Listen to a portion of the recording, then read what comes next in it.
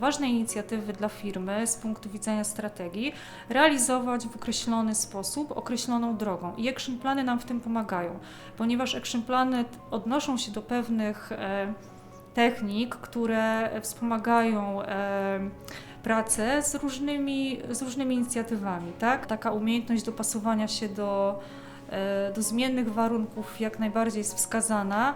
Wiele projektów nie kończy się sukcesem, ale co to znaczy sukces? Dzień dobry Państwu, nazywam się Alicja Woźniczka, jestem Business Development Managerem w firmie CAT. Witamy Państwa serdecznie w kolejnym odcinku pod tytułem Biznes, Logistyka, Pasja, a moją gościną jest dzisiaj Ania Wiaderna.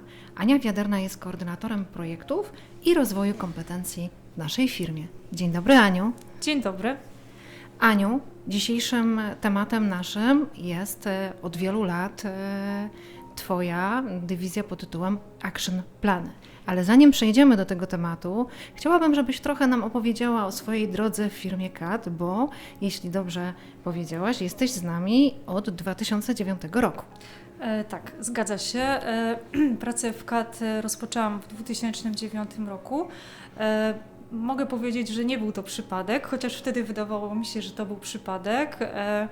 Rozpoczęłam tą pracę najpierw na stanowisku administracyjnym, pracowałam z dyrektorem, byłam asystentką dyrektora i później od 2012 roku zaczęłam zajmować się projektami.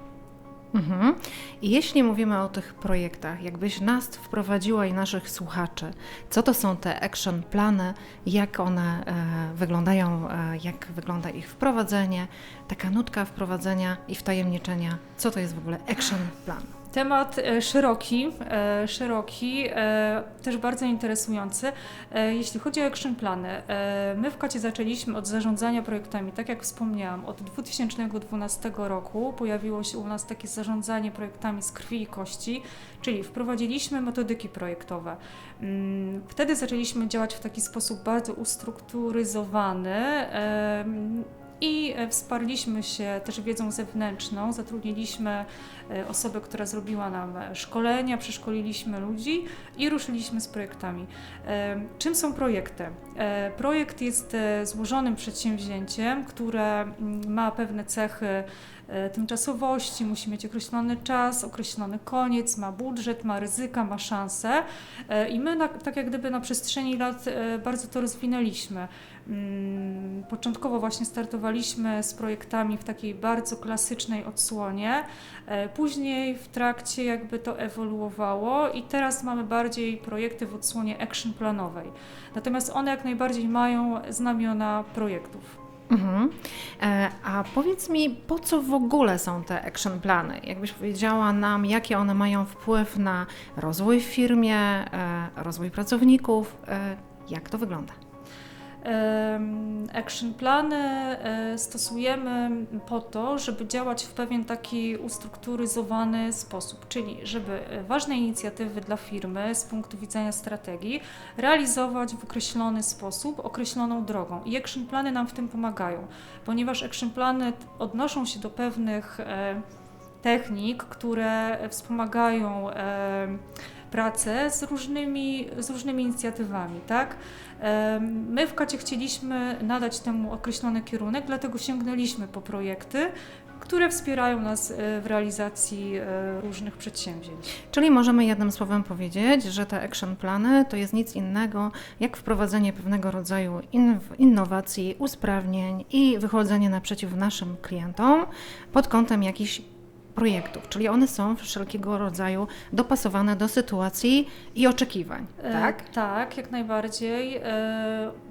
Action plany mają swoje określone ramy. My działamy na pewnym szablonie action planu, który sobie wypracowaliśmy. To jest taka dosyć prosta forma dokumentu Excelowego i tam spisywane są podstawowe jakby założenia danego projektu. Tak? Mamy określone cele, mamy określone kroki, czyli kamienie milowe, zadania, mamy określone terminy realizacji, mamy określone ryzyka i szanse. One, czyli action plany, mają nam pomóc tak jakby realizować pewne tematy, strukturyzować je, standaryzować je, tak żebyśmy my w firmie też działali na pewnym określonym szablonie. Tak można to nazwać. A jeśli byśmy powiedzieli o tej całej części merytorycznej, a mniej formalnej, to przede wszystkim kto uczestniczy w tych action planach? Ty jesteś tą osobą, która koordynuje, masz do czynienia tutaj z różnego rodzaju uczestnikami tych action planów. Jakbyś tak wymieniła, jak to wygląda? Czyli kto uczestniczy w action planach, tak? Znaczy, jeśli chodzi o uczestnictwo w action planach, można powiedzieć, że uczestniczy w tym cała firma, ponieważ osoby, które biorą udział, są z wszelkich działów. Ich udział jest uzależniony tak jakby też od tematu danego action planu, bo jeśli dany action plan dotyczy na przykład tematów IT, no to wtedy angażujemy większość osób, powiedzmy, z tego działu IT, bierzemy kogoś na przykład ze wsparcia operacji czy z działu HR. To są tak naprawdę różne osoby, w zależności od tego, jakich kompetencji dany projekt potrzebuje. To te osoby są zapraszane do projektów zarówno jako uczestnicy, jak i prowadzący. A prowadzącym action plan jest u nas lider albo liderka. Okej. Aniu, jak należy często aktualizować takie action plany? Bo to, co wspomniałaś, one wymagają pewnego określenia w czasie, Tak. monitorowania postępów, więc jakbyś nam powiedziała, jakie są też kryteria w ogóle sukcesu? Jeśli chodzi o aktualizację action planów, ustalamy sobie takie jakby nasze wewnętrzne zasady, którymi się kierujemy. To jest w porozumieniu z dyrekcją firmy, tak żeby ten kierunek był też tak najbardziej dopasowany do tego, czego my oczekujemy. W tej chwili to wygląda tak, że takie action plany są przeglądane raz w miesiącu z kierownictwem w takim zbiorczym raporcie. Liderzy aktualizują te raporty, te action plany w zależności też od tego, co się dzieje, ale tak jakby takim, powiedzmy, standardem, który sobie przyjęliśmy, to jest takie minimum raz w tygodniu. No i też mamy takie spotkania właśnie ze mną, z koordynatorem projektów raz w miesiącu. Aniu, jakbyś tutaj powiedziała, ponieważ ogromną rolę odgrywa w tym skuteczna komunikacja. I powiedz proszę, jak tutaj członkowie action planów, czy sama ty radzisz sobie? Jeśli chodzi o komunikację w projektach action planach, nie będę ukrywać, to jest wyzwanie, dlatego że ile ludzi, tyle różnych stylów komunikacji i zachowań. Natomiast tutaj mogę powiedzieć, że dużą rolą lidera jest to, żeby umiał też dopasować swój komunikat do członków zespołu, którym zarządza w ramach danego action planu. Wszelkie narzędzia związane z aktywnym słuchaniem, ale też z umiejętnością delegowania, umiejętnością egzekwowania tych zadań są wysoce wskazane. Też jakby w trakcie prowadzenia projektów organizowaliśmy takie szkolenia wewnętrzne w ramach naszej Akademii Trenerów Wewnętrznych z komunikacji, z motywacji. To były takie warsztaty, szkolenia otwarte, nie tylko kierowane do liderów, ale też do całej firmy, więc też jako firma staramy się zawsze wspierać danego lidera takimi szkoleniami, żeby też było mu prościej dopasować to później do swojego projektu i do ludzi. A które wymieniłabyś cechy takie najbardziej przydatne, jeśli chodzi o właśnie w action planach? Ponieważ musimy wziąć pod uwagę to, że one są zamknięte czasami w krótkim czasie i realizacja jest bardzo ograniczona. Jakie tutaj cechy osobowości byś wyznaczyła jako takie najważniejsze? Na pewno odporność psychiczna. Jeśli jesteś liderem albo liderką danego action planu, to jest dobra cecha, taka wskazana, umiejętność w zasadzie, którą można rozwijać i w action planie jak najbardziej można to rozwijać.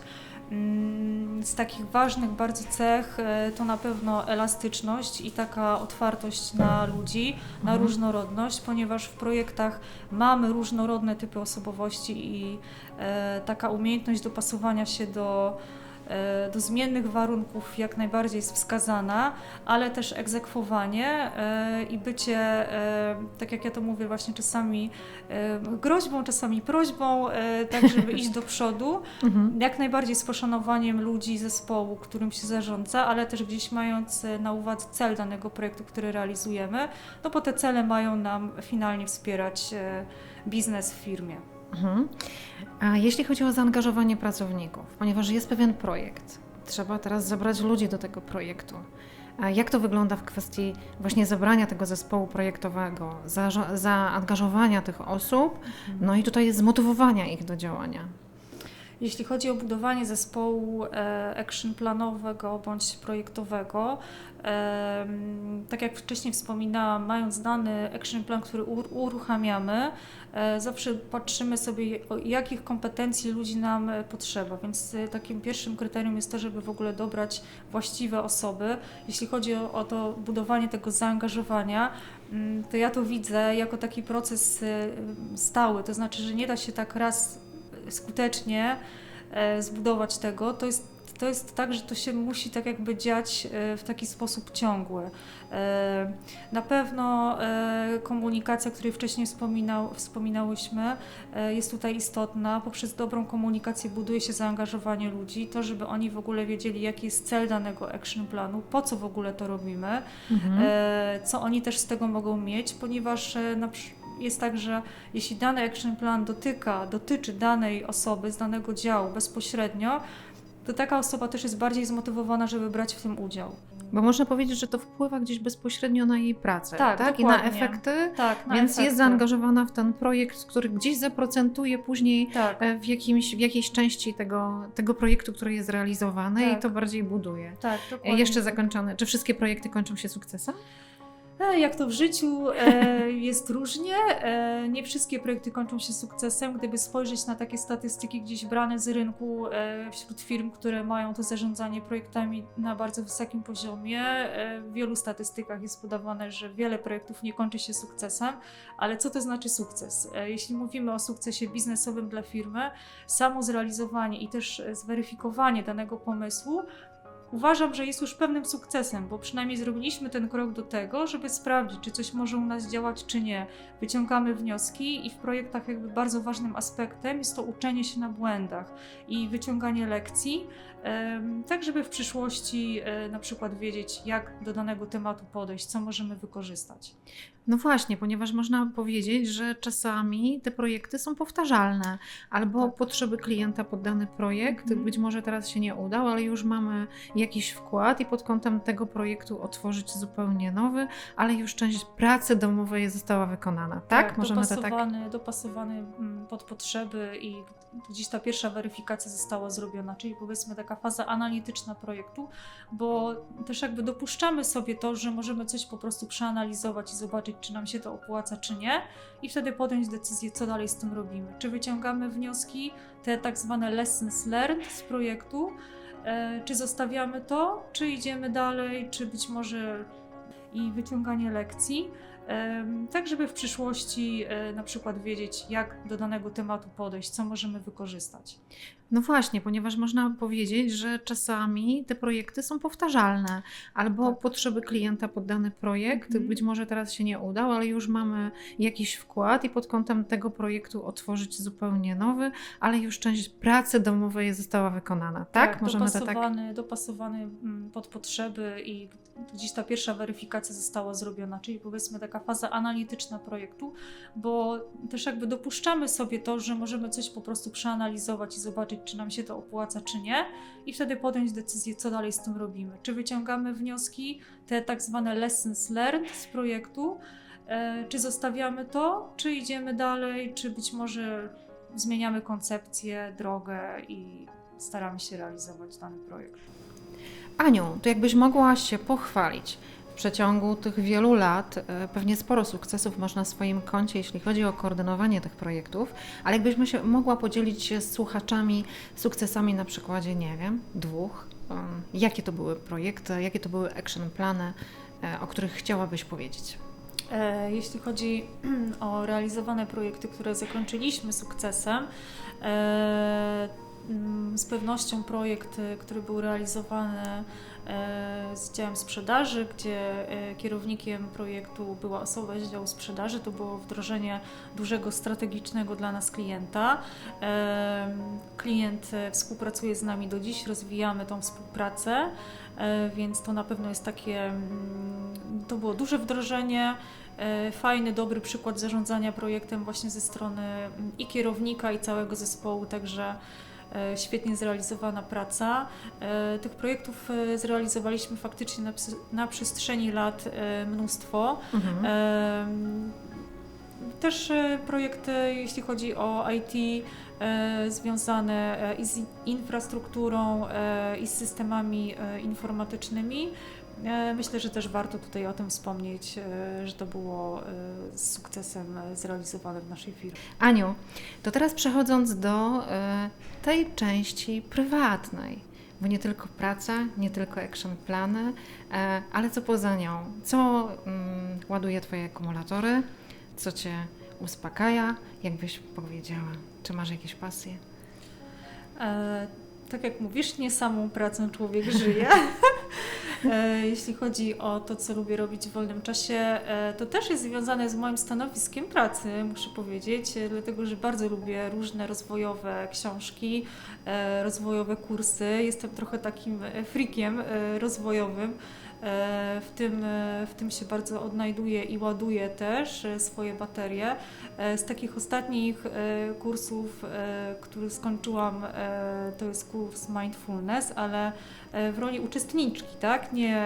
Nie chcę być nauczycielem mindfulnessu, ale jakby poszłam w tą stronę, żeby też poszukać takich fajnych narzędzi właśnie wspierających, wyciszających, ale też takich lepiej rozumiejących siebie.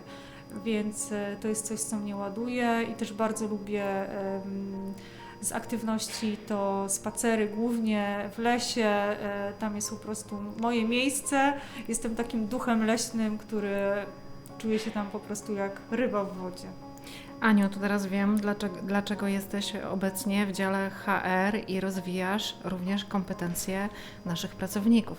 To jest połączone troszkę z Twoją pasją. Tak, Super. dokładnie tak. Aniu, bardzo Ci dziękuję. Było mi niezmiernie miło Cię dzisiaj gościć. Drodzy Państwo, bardzo dziękujemy. Moim dzisiejszym gościem była Ania Wiaderna, koordynator projektów i rozwoju kompetencji w firmie CAT. Zapraszamy do lajkowania i subskrybowania naszego kanału i do obejrzenia kolejnych odcinków. Dziękuję.